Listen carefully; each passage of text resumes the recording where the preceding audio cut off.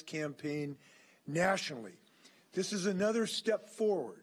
We have always believed in civil rights in our state. We believe in tolerance for all.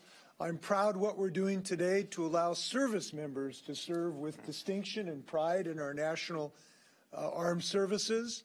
I'm proudful that our state recognizes a marriage of who you will love, and I'm proud today that we're banning conversion therapy. I want to welcome Chad Griffin to the podium. Chad. Thank you so much, Governor. I want to thank you in particular for your tremendous leadership on this issue and being a model for others around the country. I also want to thank all of the lawmakers, advocates, and fair-minded Washingtonians who made this historic day possible. Every single person standing up here with us today played a key and critical role to bringing this bill to fruition, to its passage, and to this moment that we're about to witness. For far too long, con artists peddling junk science have been allowed to get away with inflicting deep, lasting, and irreparable harm to far too many LGBTQ people. Make no mistake about it, so-called conversion therapy is child abuse. That's why it's been condemned by every major medical and mental health organizations, a number of whom are standing with us here today. And that's why today Washington joins the growing wave of states across the country banning this abusive practice. Thanks to the leadership of Governor Inslee and bipartisan group of lawmakers, Washington is helping to lead the nation, and your leadership is providing a roadmap for others to follow. At HRC, we're partnering with other national organizations such as the National Center for Lesbian Rights, as well as state and local groups across the country to expand the number of jurisdictions that protect LGBTQ people against this horrific form of child abuse. And today would not have been possible without the incredible leadership of Equal Rights Washington, and as the governor mentioned, Monisha Harrell, the board chair, is here with us today, as well as the Pride Foundation and so many other local and state organizations. Their leadership and their bold persistence is helping change laws and truly, with this bill, helping save lives. Let me be clear about something. While this bill is specific to youth, the practice of so-called conversion therapy on victims of all ages is not only debunked junk science, but is an abusive practice that can cause lasting physical and mental harm and can even be life-threatening.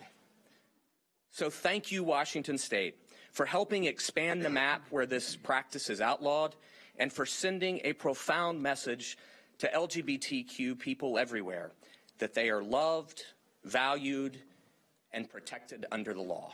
Thank you very much. Okay, I think we're going to sign a bill. So we're going to have a little transition here. Right. Just say hi, get to know each other if you don't already know each other. How you doing? Yeah.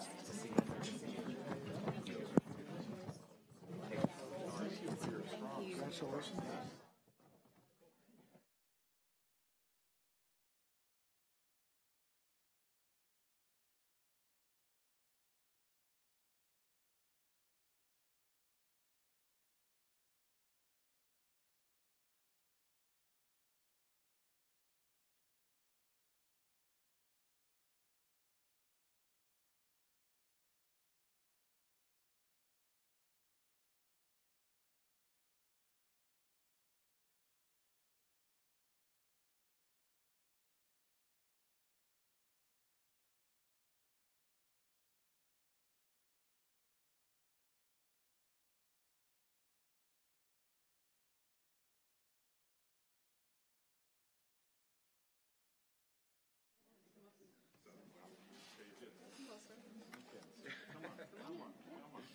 You testified. You got to tell your story a lot. You want to get in front? Okay, you're good. We are ready whenever you are, Governor. We're here for signing Senate Bill 5722. Under this legislation, performance of conversion therapy by a licensed healthcare provider on a patient who is under the age of 18 is unprofessional conduct. Conversion therapy is defined as a regime that seeks to change an individual's sexual orientation, gender identity, including efforts to change behaviors or gender expressions, or to eliminate or to reduce sexual or romantic attractions or feelings toward individuals of the same sex. I want to thank everyone who's worked on this. We know we have seen too many suicides of our young people, and we know the scars that have been caused by conversion therapy need to end today in the state of Washington. So I want to thank everyone involved, particularly the sponsor, Senator Elias, for his outstanding leadership for years to get this done. Thanks to Senators Walsh, Ranker, and Peterson for their support. Thanks, too, for the many supporters of this ban who are with us today or those who could not make it. Your efforts are making a difference, particularly Chad Griffin. Thanks for your national leadership, and I am happy to sign this bill to protect the youth of the state of Washington. I'm going to smile for the cameras for a moment.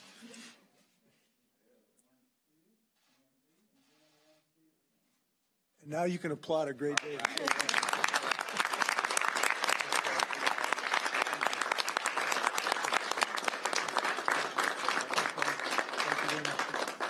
Thank you very much. Thanks, everybody. Make sure you get a pen. It's the least you can do. Here we go. Thanks, guys. Thank you again. So where are you headed now?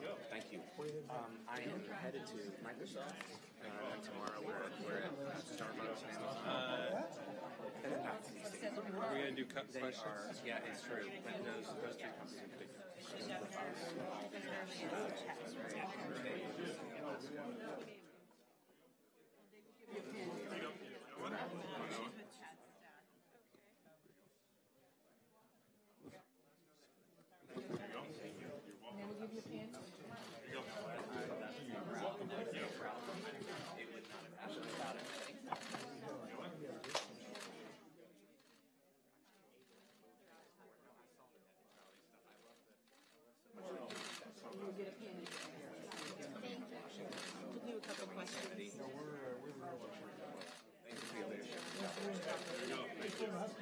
Yes, no, I know. Someone else is Just a moment, once we clear out, then we'll have the two of you and Senator Lee.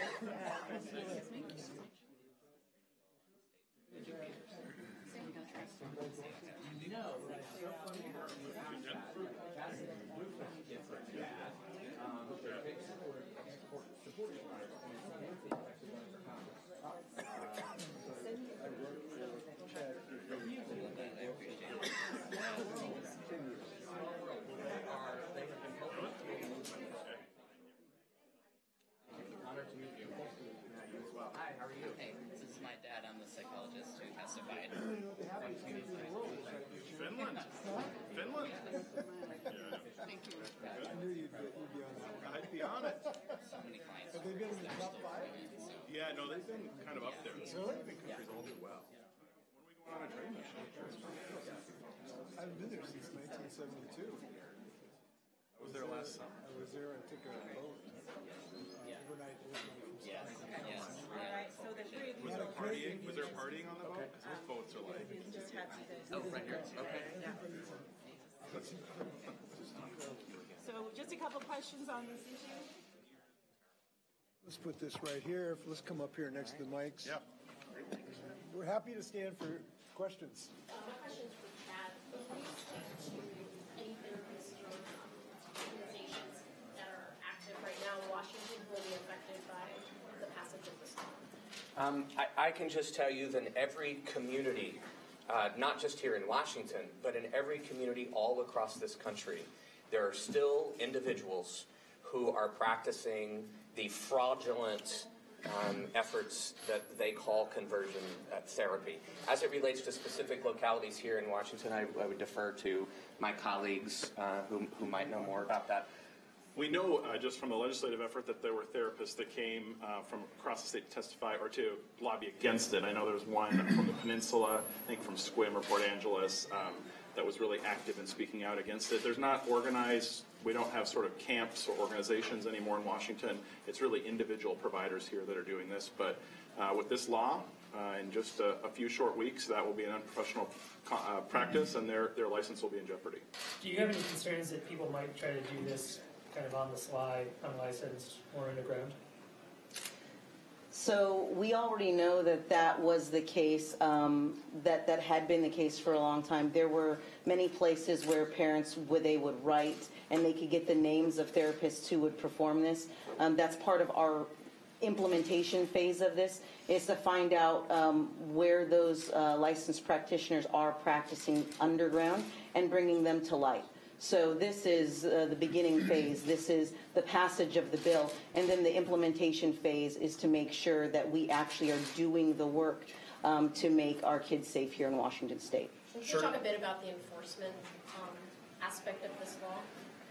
Yeah, it relies on our professional conduct boards. So depending on your medical profession, there's a regulatory body that licenses you, and that board of licensure would be responsible for disciplinary proceedings. We are going to rely on the community to identify folks, because obviously our medical regulators don't have sort of police forces that are out in the communities, and so we will have to work with partners like Equal Rights Washington to identify folks that are doing this and file complaints and use the disciplinary process to put these types of conduct to an end. Churches and clergy are not impacted by this law, correct? As long as they don't have a state-issued license. So there may be some clergy, I don't know the details for every clergy person, but some pastors also do licensed mental health therapies. That piece of it would be a question, but if you're not a licensed therapist, then it wouldn't. Is that an area that you'd like to focus? Obviously, there's separations here, but it's got to be a concern as well.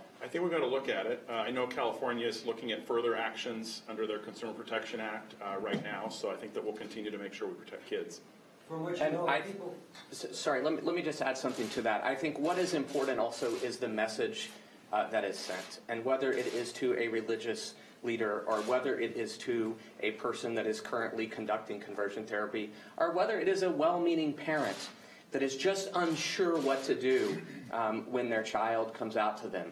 This should send a loud and clear message that the practice that some call conversion therapy is child abuse. And so whether it is conducted by a religious leader or a religious counselor, it actually is inflicting harm that oftentimes is permanent on that young person. And I hope what this bill signing today is doing, and the other bill signings that have happened in the 12 other states across the country, is really sending a message that this is not a legitimate practice. It is debunked science. There are no professional organizations and institutions that will give credibility to this work. And I think that is as important as the actual contents of this bill is the message that it sends. The message is as or more important to the parents as it is to the therapists. And the message to the parents is, don't let these folks victimize you with junk science, because it's not science. The science is it's injurious to people's lives.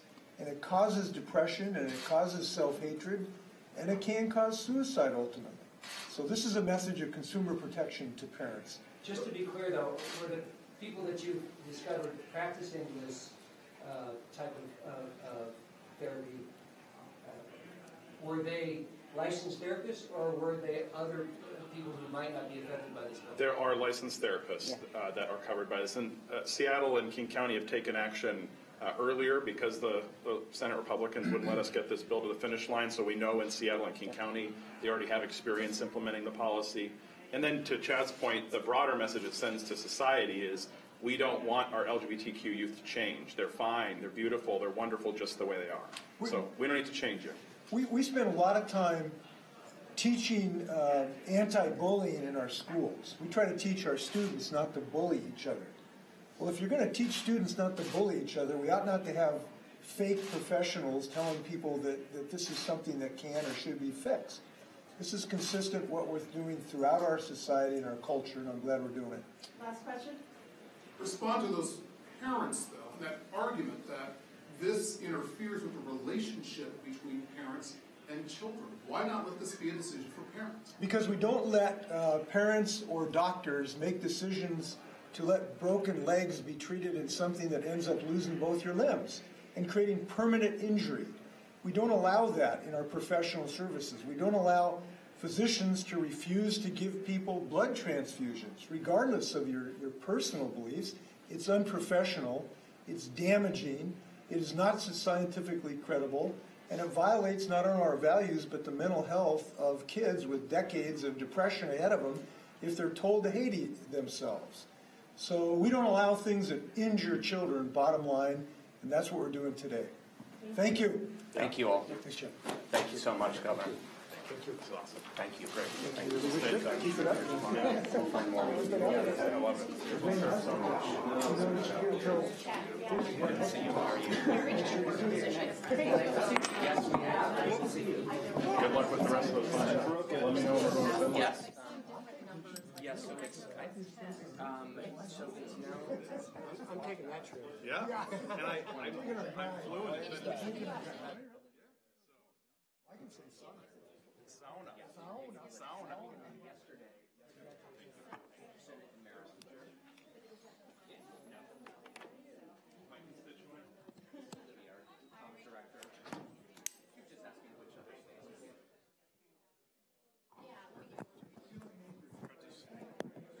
Yes. I always wanted to be a roadie.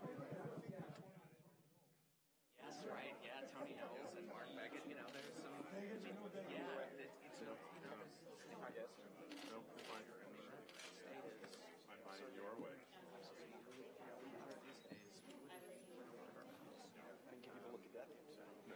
Thank you so much. I'm not pressed. Spread the gospel. Yes. Of course.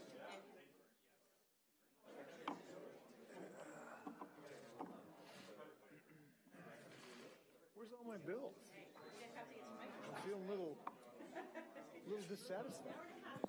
Where's all the bills? We could come up with some extras. Huh? Excellent. Thank you for your help. Thank you so much. Very nice to meet you as well.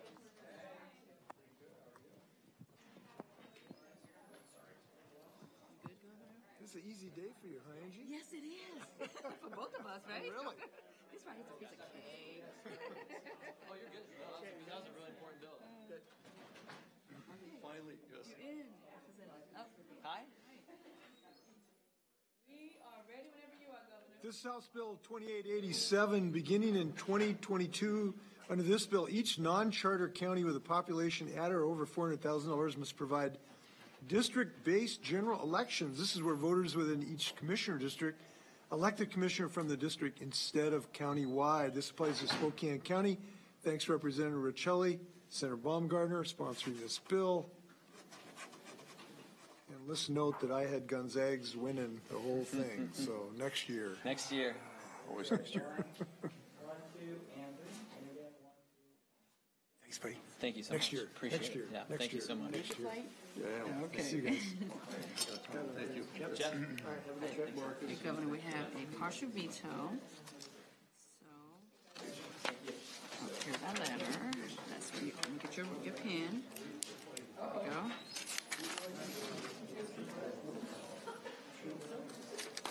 Okay, and this is your blue one, right here. It's your veto message, Governor. Okay.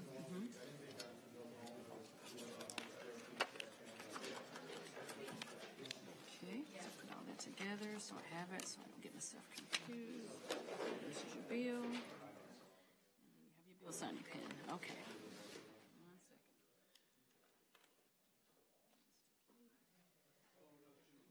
1 second. We are ready.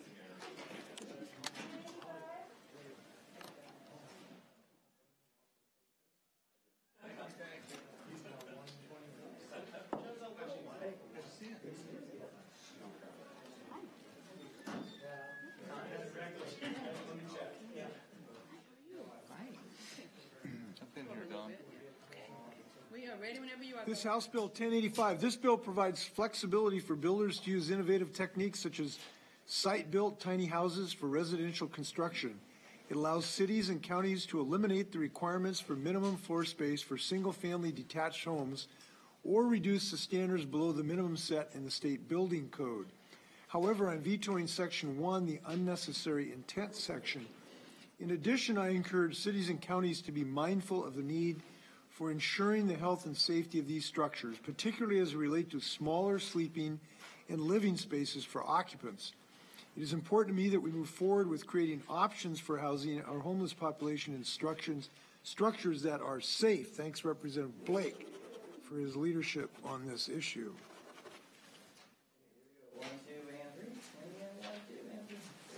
Thank you, Governor. Hey, Brian, thank you. Be safe. Be warm. Thank you. Okay, thank you. Good to see you. Thank you.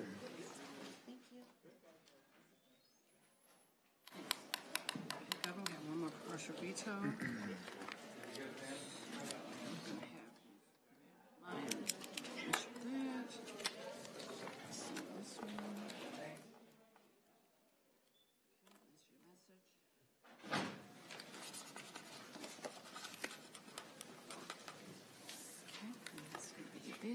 Use this one. Okay. Thank you. You're welcome.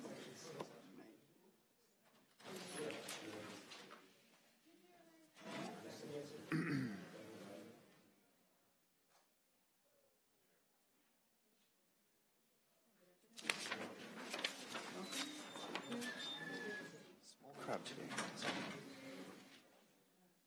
Hey, how you doing, man? We are ready whenever you are. This is House Bill 2097. Among several provisions, this bill makes it an unfair employment practice for an employer to require an employee to disclose their religious beliefs unless it is for the employee's request for religious accommodation. It is also an unfair employment practice for an employer to require an employee to disclose a coworker's religious beliefs without the coworker's express consent and knowledge. However, I'm vetoing Section 6, which will enable the code reviser to codify the eloquent intent language in Section 1. A veto of Section 6 does not dilute the bill's policy. It instead strengthens the bill's language that celebrates the rich cultural heritage and diversity of our residents and reminds us that the freedom of religion is one of the founding ideals of our nation. I want to thank Representative Stanford and Senator Palumbo.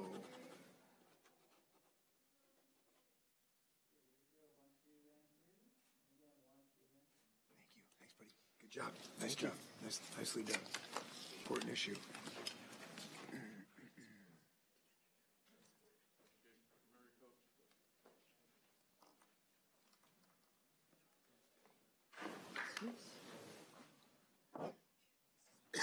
Excuse me.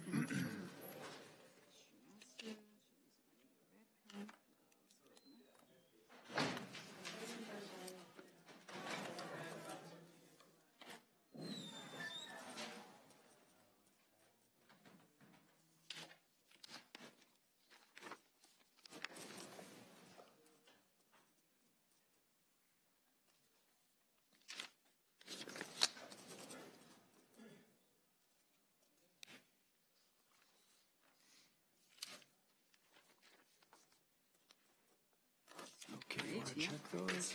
Yep.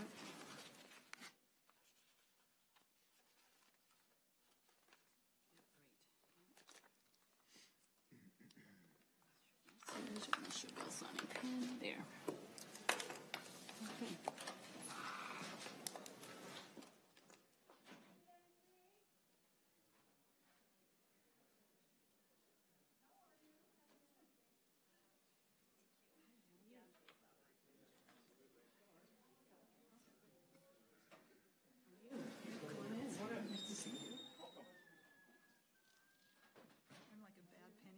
But this is the last time you're going to see me.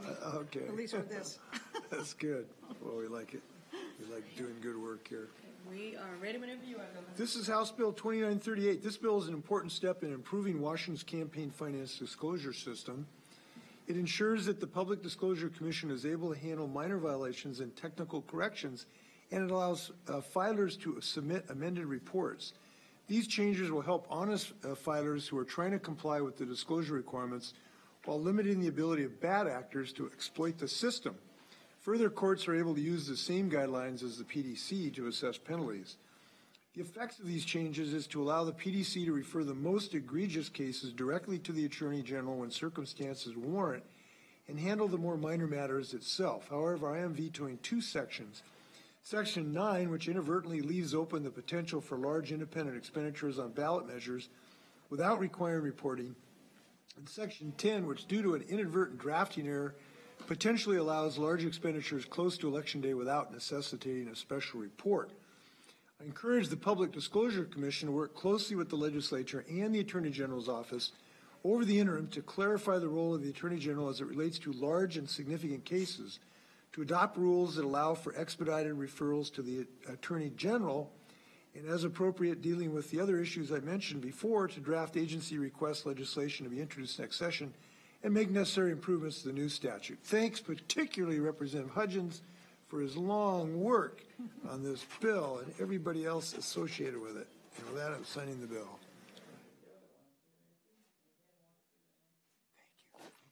Thank you. Good to see you. Thank you. Thank you. Come back Mission anytime. accomplished. Come back anytime. Come back anytime. Thank you.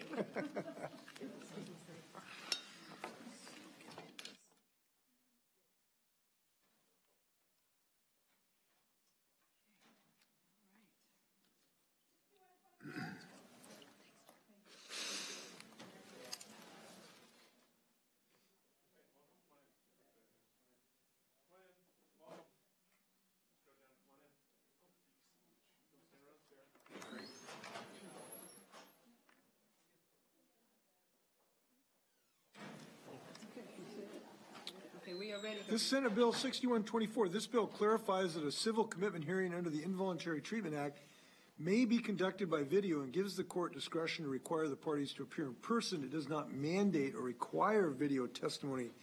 Thanks, Senator Dingra, for this bill.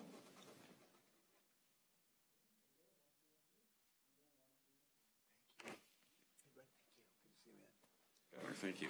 I'm Judge Sean O'Donnell. Hey, Judge, how are you? I'm Good great. to see you. Thanks so much. Thanks for being here. Thanks for your, I'm happy to. your interest in this. I appreciate Thank you it. for your time and really, I can be educated. we really appreciate your help on this. No, this is important stuff. Yeah. So your staff was great. Good. And it was really nice to work with you all. Well, thanks for working on it. Oh, happy to do it.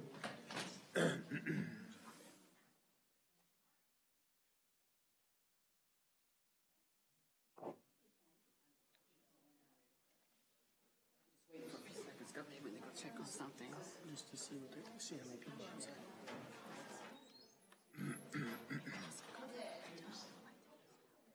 Oh, yes, thank you. You bet. Okay. We're going to come in. You're going to come in? Yeah. Okay. And they're going to go over there, right? No. Okay. Yep. I will do that. Okay, we're ready. Yep.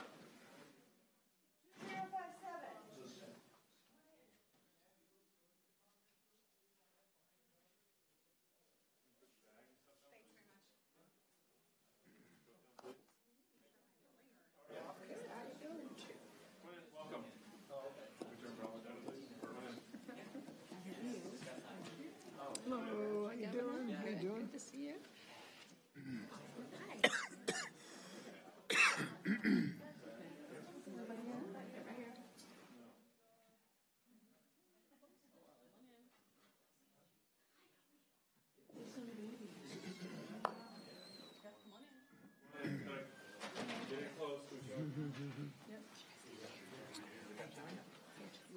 This House Bill 2057, this bill deals with foreclosures. It provides a process that may be used when residential real property is determined by a local government to be abandoned in mid-foreclosure and a nuisance. It also provides that for each notice of trustee sale and non-commercial loans on residential real property, a beneficiary must remit $325 to the Department of Commerce for deposit into the Foreclosure Fairness Act. Funds in the account are used by the state agencies to provide program oversight. Thanks, Representative Orwell and Senator Mullett. Fix your chair, Governor. Well, yes, indeed. The bill would be unconstitutional otherwise. Okay, we're ready. All right, thank you, guys. Thank you so much.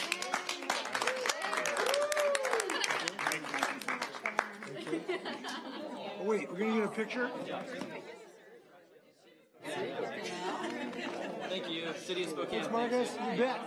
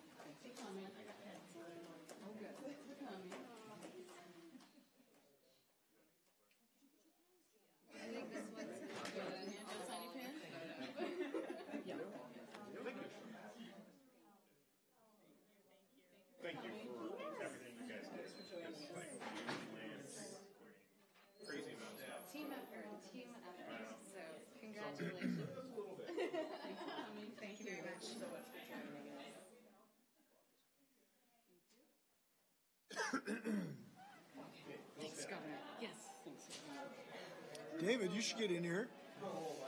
Huh? Come on. What? You're part of Bill's staff. Yeah. Yeah. This is it. All right.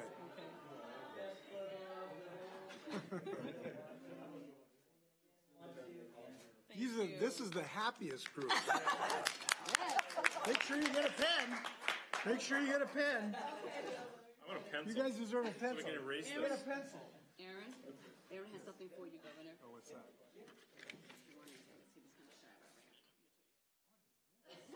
That isn't my thank you for putting up with me. What is this? Nice. Where is this?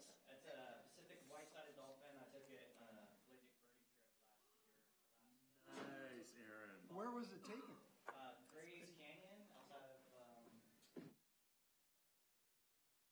Wow. Isn't that beautiful? Yeah, with Phil Anderson. Isn't that beautiful? Isn't that nice? Yeah, that's beautiful. His boat, yeah. That is an It was incredible a lucky shot. It was just a, How close were you when?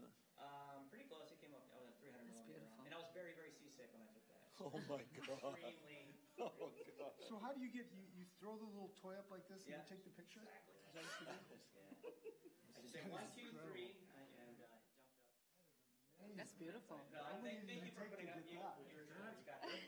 How close were you at that time? Oh, here to the end of the wall. Really?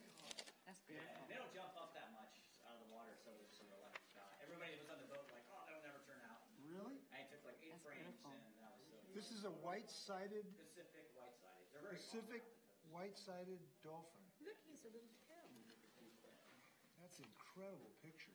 Man. That is really, really. And it also represents the freedom that we will have from Bill's Island. Jumping out of the water. Okay. Okay. Hey, Governor, just a couple of quick questions. What a shot. I mean, you got every little drop of water. Yeah, it's amazing. Was this, Okay. like manual setting stuff, or is this just a Manual. Well, autofocus for sure. autofocus, but manual everything else? God, I mean, look at, you got the background a little gauzy, and it's just a great shot all the way around. Phil's a great guide on those. Yeah, when we went out there, we had all the pelicans. Did they fly right with you all the way and feeding on the way out? Yeah, oh, yeah, perfect. Every day. I'll see if I can find mine. Where's mine?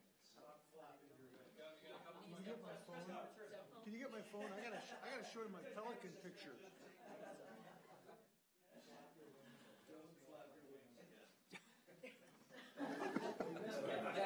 I didn't have it set for video. No, that's what they do.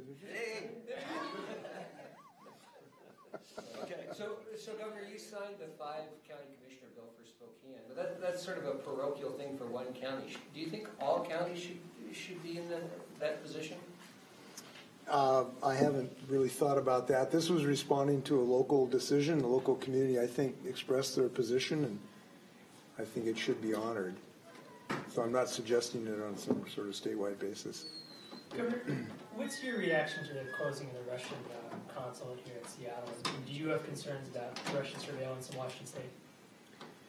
Well, I don't have any specific intelligence different than is in the public realm. There were some previous incidents a few years back that gave one concern.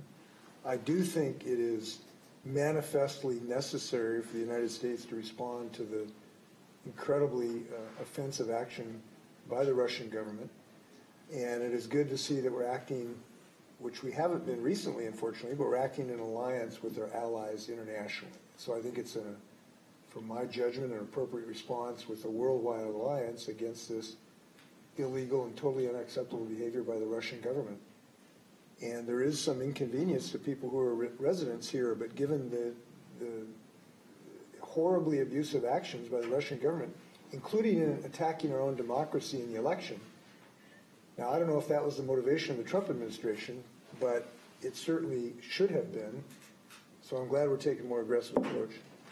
Governor, you've now got one bill left, and it appears, I think, you only vetoed one bill in its entirety this session, and that was the public records bill.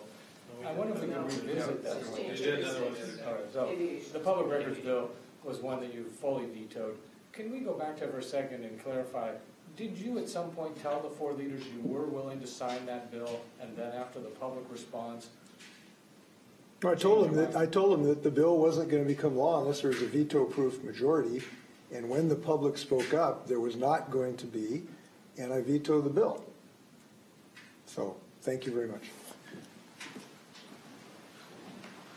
It was yesterday. It was something about